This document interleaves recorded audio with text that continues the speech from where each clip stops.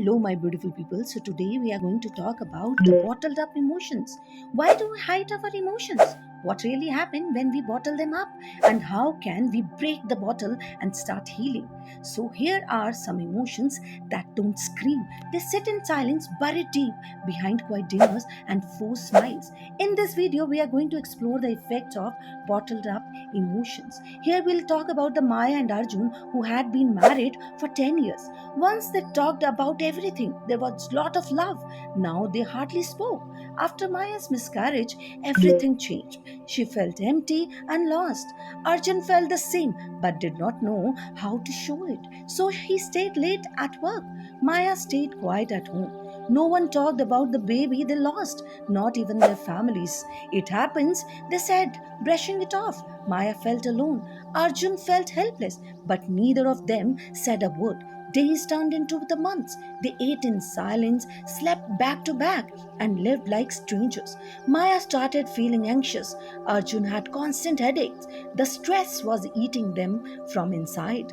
One rainy day, Maya whispered, "Do you ever think about her?" Arjun looked at her, eyes tired. "Every single day, my beautiful darling," he said. And just like that, the silence broke. They cried, they talked about the pain, the loneliness, the silence. It was not easy, but it was a start. Their family still did not understand, but now Maya and Arjun had each other again. They were finally learning how to heal together. So, here in this video, we are going to talk about the bottled up emotions at the silent storms, feeling like anger, fear, sadness, or shame that we don't express but instead tuck away deep inside. And this is not a single decision, it is more than like building an emotional dam over the time. Little by little, we suppress those feelings until they become habit of hiding. Whether it is a silent anger, hidden sadness, quiet fear, or secret shame, these feelings just don't go away. They stay inside us, building up over the time and affecting how we act, how stressed we feel, and how we connect with other people. And this create a quiet pattern we fall into even without noticing it. So here we are going to talk about why do we hide our emotions. We hide our emotions because sometimes we learn to hide it in our childhood. And when we were young, for example, if a child is told stop crying, that's not big deal, don't be angry, they start to believe it's wrong to show emotion, so they keep those feelings inside. For example, in some cases people grow up in tough and unsafe environment, and if showing feelings led to being yelled at, ignored, or punished, they may have learned that staying quiet and hiding emotions was the safest thing to do. So here we are going to talk about the physical effects of bottled up emotion.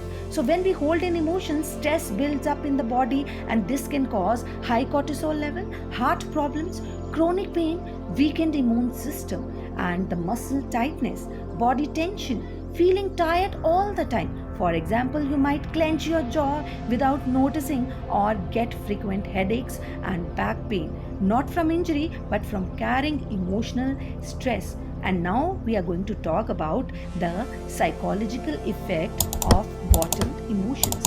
When we keep emotion inside for too long, our minds struggle to handle it. This can lead to anxiety, depression, trouble remembering things, overreacting to small problems. For example, you might stay calm for weeks but then suddenly snap at someone over something very small, like a spilled drink or a loud noise, because all those hidden feelings finally burst out. And these are the psychological effects of bottled up emotion.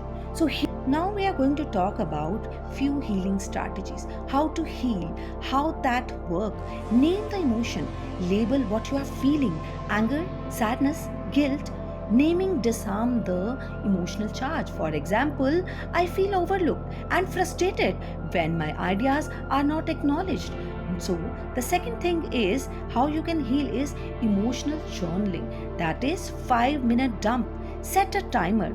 write non-stop about what is bothering you, because where it releases your emotional pressure without judgment. For example, I am tired of pretending everything is okay, and this is emotional journaling. Now the next is safe witness. Share your thing with someone who is the safe witness. Talk to someone you trust, not to fix you, just to hear you. Being heard regulates the nervous system.